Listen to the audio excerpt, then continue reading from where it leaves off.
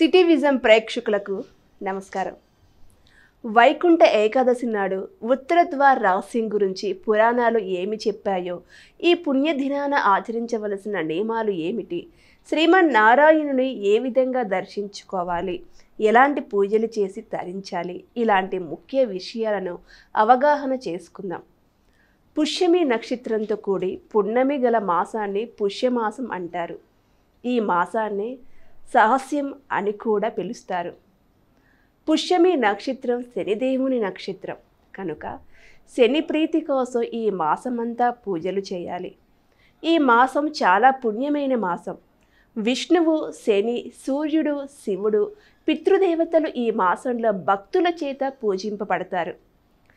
పుష్యమాసంలోనే రైతులకు పంటలు పుష్కలంగా పండి చేతికి అంది రావడం చేత పుష్యమాసం అని అంటారు. ఈ మాసం హేమంత ఋతువునందు రావటంతో చలి ఎక్కువగా ఉంటుంది. పగటి కాలం తక్కువగా ఉండి రాత్రికాలం అధికంగా ఉంటుంది. ఈ మాసంలో వైకుంఠ ఏకాదశి, సంక్రాంతి మొదలైన పండుగలు వస్తాయి. వైకుంఠ ఏకాదశికి ఎందుకు అంత ప్రాధాన్యత లభించిందో, చాలా పవిత్రమైన రోజుగా ఎందుకు భావిస్తారో తెలుసుకుందాం. ఏడాదిలో 24 ఏకాదశులు వస్తాయి. ప్రతి ఏకాదశి పవిత్రమైనదే. మరి విశేషంగా పరిగణించే ఏకాదశులు 4. ఆ విశేష ఏకాదశులలో ఒకటిగా పరిగణించేదే వైకుంఠ ఏకాదశి. సూర్యుడు ఉత్తరాయణానికి మారే ముందు వచ్చే ధనుర్మాస శుద్ధ ఏకాదశిని ముక్కోటి ఏకాదశి అంటారు. సూర్యుడు ధనస్సులో ప్రవేశించిన అనంతరం మకర సంక్రమణం వరకు జరిగే మార్గం మధ్య ముక్కోటి ఏకాదశి వస్తుంది. కుంఠం కానిది వైకుంఠము. కుంఠము అనగా మొక్కపోయినది అని అర్థము. పుష్యమాసంలో వచ్చే శుద్ధ ఏకాదశిని వైకుంఠ ఏకాదశి లేదా ముక్కోటి ఏకాదశి అని పిలుస్తారు. శ్రీ మహావిష్ణువు చాతుర్మాస్య కాలంలో దక్షిణ దిక్కున తలబెట్టి నిద్రించి పుష్య శుక్లపక్ష ఏకాదశి నాడు మేల్కొని భక్తులకు ఉత్తరద్వార దర్శనాన్ని ఇస్తాడు. ఏకాదశి అనంతమైన పుణ్యాన్ని ప్రసాదించే రోజు. వైకుంఠ ఏకాదశి నాడు ఉత్తర ద్వారం నుంచి స్వామివారి దర్శనం చేసుకున్నవారు అనంతమైన పుణ్యరాశిని దక్కించుకుంటారు. ధనస్సు నిలబెట్టిన తరువాత శుద్ధంలో వచ్చే ఏకాదశి వైకుంఠ ఏకాదశి. విష్ణు భక్తులకు ఈ దినం మహాపర్వదినం. వికుంఠ అనే తల్లికి కుమారునిగా అవతరించినందువల్ల స్వామి వైకుంఠుడు అని అమర కోసం వర్ణిస్తుంది. ఆ స్వామి నివాస స్థానం వైకుంఠం. మనిషికి జాగ్రత్త, స్వప్న, సుషుప్తి అనే 3 అవస్థలుంటాయి. కుటతీతి కోటి కుట కౌటిల్యే వంకరగా ఉండునది అంచు. చివరకు కోట అని పేరు.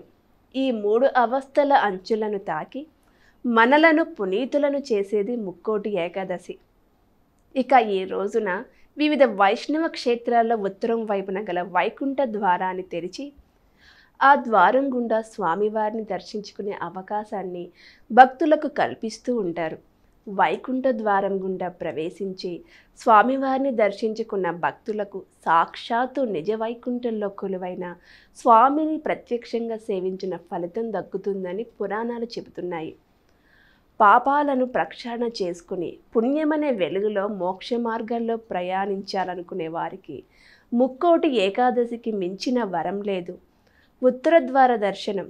ముక్కోటి ఏకాదశి నాడు తెల్లవారుజాము నుంచే ఆలయాల్లో భక్తులు ఉత్తర ద్వారము నుండి భగవద్ దర్శనార్థం వేచి ఉంటారు. ఈ రోజున వైకుంఠం వాకిళ్ళు తెరుచుకునే పర్వదినం. ఈరోజు మహావిష్ణువు గరుడ వాహనారూఢుడై 3 కోట్ల దేవతలతో భూలోకానికి దిగివచ్చి భక్తులకు దర్శనమిస్తాడు కనుక దీనికి ముక్కోటి ఏకాదశి అనే పేరు వచ్చిందంటారు. ఈ ఒక్క ఏకాదశి 3 కోట్ల ఏకాదశులతో సమానమైన పవిత్రతను సంతరించుకున్నందువల్ల దీన్ని ముక్కోటి ఏకాదశి అంటారని కూడా చెబుతారు. దేవతలు, రాక్షసులు జరిపిన క్షీరసాగర మదనంలో ముక్కోటి ఏకాదశి నాడే ఆలాహలం, అమృతం 2 పుట్టాయి. కాలకూట విషయాన్ని పరమేశ్వరుడు తన గరళాన బంధించింది ఈరోజే. మహాభారత యుద్ధంలో భగవద్గీతను కృష్ణుడు అర్జునునికి ఇదే రోజున ఉపదేశించాడని విశ్వాసం ఉంది. ఈ రోజున వైష్ణవ ఆలయాల్లో ప్రత్యేక పూజలు, హోమాలు, ప్రవచనాలు, ప్రసంగాలు ఉంటాయి. ఈ రోజున ముఖ్యమైనవి ఉపవాసం, జాగరణ, అటు తర్వాత జపం, ధ్యానం. ఏకాదశి నాడు రోజంతా ఉపవాసం ఉండి రాత్రికి జాగారం చేసి మర్నాడు ద్వాదశి నాటి ఉదయం విష్ణుమూర్తిని పూజించి తీర్థ ప్రసాదాలను స్వీకరించి ఆ తర్వాత భోజనం చేస్తే జన్మజన్యుల పాపాలు ప్రక్షాళమవుతాయని నమ్మకం. ఏకాదశి అంటే 11 అని అర్థం. అయితే ఈ ఏకాదశి విశిష్టతను గురించి పద్మ పురాణంలో వివరించారు. అష్టకష్టాలతో తలమునకలవుతున్న మానవ జాతిని ఉద్ధరించడానికి సాక్షాత్ శ్రీహరే ఈ ఏకాదశిని ఏర్పాటు చేశాడని, ఈ వ్రతాన్ని నియమనిష్ఠులతో ఆచరించిన వారు సమస్త వ్యధల నుంచి విముక్తి పొందగలరని, మరణానంతరం వైకుంఠ ప్రాప్తి లభిస్తుందని పద్మపురాణంలో పేర్కొన్నారు. ప్రతి నెల వచ్చే ఏకాదశి రోజున శ్రీహరిని పూజిస్తే అష్టైశ్వర్యాలు చేకూరుతాయని పండితులు అంటున్నారు. వ్రతాల్లో ఏకాదశి వ్రతానికి సాటైనది లేదని, ఈ రోజున ఉపవాసం ఉండి ఏకాదశి వ్రతం ఆచరించిన వారికి విశేషమైన పుణ్య ఫలాలు లభిస్తాయని పురాణాలు చెబుతున్నాయి. విష్ణు పురాణం ప్రకారం 2 రాక్షసులు తనకు వ్యతిరేకంగా ఉన్న మహావిష్ణువు వారి కోసం తన వైకుంఠ ద్వారాలను తెరిచాడని, తమ కథ విని వైకుంఠ ద్వారం గుండా విష్ణు స్వరూపాన్ని చూసిన వారికి వైకుంఠం ప్రవేశం కల్పించాలని వారు కోరారు. అందుచేతనే ఆ రోజును వైకుంఠ ద్వారాన్ని తలపించే విధంగా వైష్ణవ ఆలయాల్లో ద్వారాలను ఏర్పాటు చేస్తారు. మామూలు రోజుల్లో దేవాలయాల ఉత్తర ద్వారాలు మూసి ఉంచుతారు. కానీ ఈరోజు భక్తులు ఈ ఉత్తర ద్వారం గుండా వెళ్ళి దర్శనం చేసుకుంటారు. తిరుపతిలో కూడా ఈ రోజును వైకుంఠ ద్వారం పేరిట ఉన్న ప్రత్యేక ద్వారాన్ని తెరిచి ఉంచుతారు.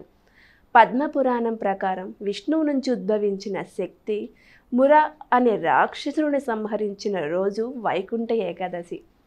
ముర అనే రాక్షసుడు దురాగతాలు భరించలేక దేవతలు విష్ణువును శరణువేడగా ఆయన వాడితో తలపడి వాడిని సంహరించేందుకు ప్రత్యేక అస్త్రం కావాలని గ్రహించి బదరికాశ్రమంలోని హైమావతి గుహలోకి ప్రవేశించాడు. అప్పుడు విష్ణువు సంతసించి ఆమె ఏకాదశి పేరుతో స్థిరపడుతుందని, ఆ రోజున ఎవరైతే ఉపవసించి భక్తి శ్రద్ధలతో తనని సేవిస్తారో వారికి మోక్షం లభిస్తుందని, ఆమెను వరం కోరుకోమని శ్రీ మహావిష్ణువు సెలవిచ్చాడు. ఆ రోజున ఉపవాసం ఉన్న వారి పాపాలను పరిహరించాలని ఆమె కోరింది. ధనుర్మాస శుక్ల ఏకాదశి రోజున ఉపవాసం ఉన్న వారికి వైకుంఠ ప్రాప్తి కలుగుతుందని విష్ణువు వరమిచ్చాడు. వైకుంఠ ఏకాదశి రోజు ముర అనే అసురుడు బియ్యంలో దాక్కుంటాడని, అందుకే బియ్యంతో చేసిన ఏ పదార్థం తినకుండా ఉండాలని అంటారు. ఈ రోజున ఉపవాసం ఉంటే మిగతా 23 ఏకాదశులు ఉపవాసం ఉన్నట్టే అని విష్ణు పురాణం చెబుతుంది. ముర అంటే తామసిక, రాజసిక గుణాలకు, అరిషడ్వర్గాలకు ప్రతీక. వీటిని ఉపవాస జాగరణ ద్వారా జయిస్తే సత్వగుణం లభించి తద్వారా ముక్తికి మార్గం ఏర్పడుతుంది. వరి అన్నంలో ముర నివాసం ఉంటాడు కనుక మందబుద్ధిని ఇచ్చి జాగరూకతను దెబ్బతీస్తాడని అంతరార్థం.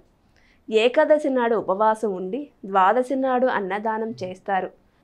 ఒకరోజు భోజనం చేయక తర్వాత రోజు చేయటం వలన జీహ్వకు భోజనం రుచి తెలుస్తుంది. ఈ రోజు పూర్తిగా ఉపవసించాలి. తులసి తీర్థం తప్ప ఏది తీసుకోకూడదు. ద్వాదశి నాడు అతిథి లేకుండా భుజించకూడదు. ఈనాడు ఉపవసించిన వారు పాప విముక్తులవుతారంటారు.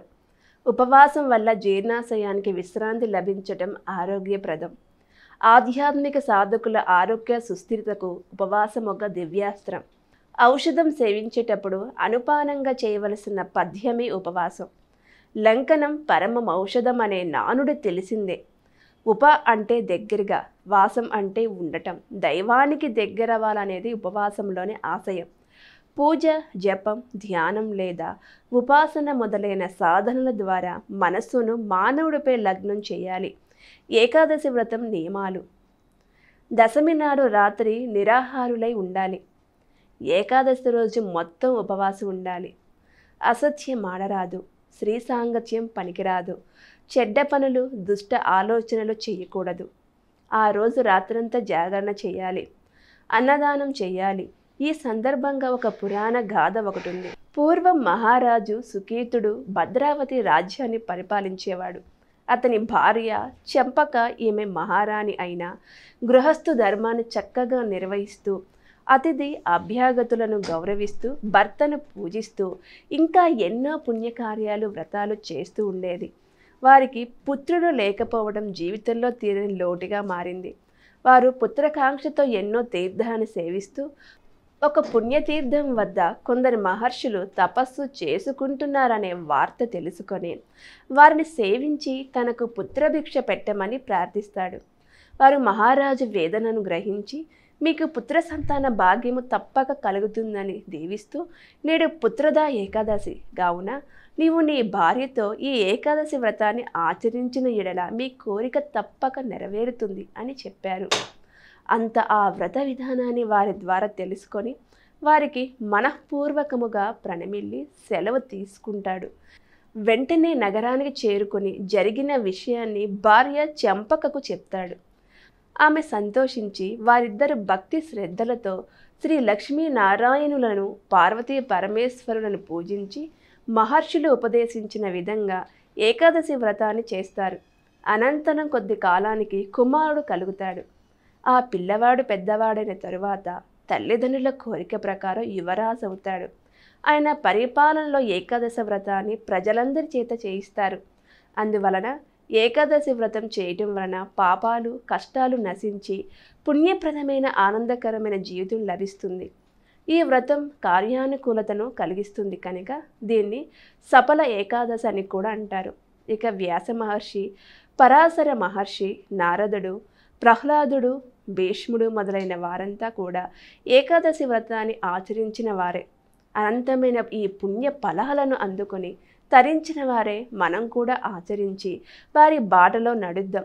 మరో భాగంలో మరో విషయంతో మళ్ళీ కలుద్దాం. నమస్కారం.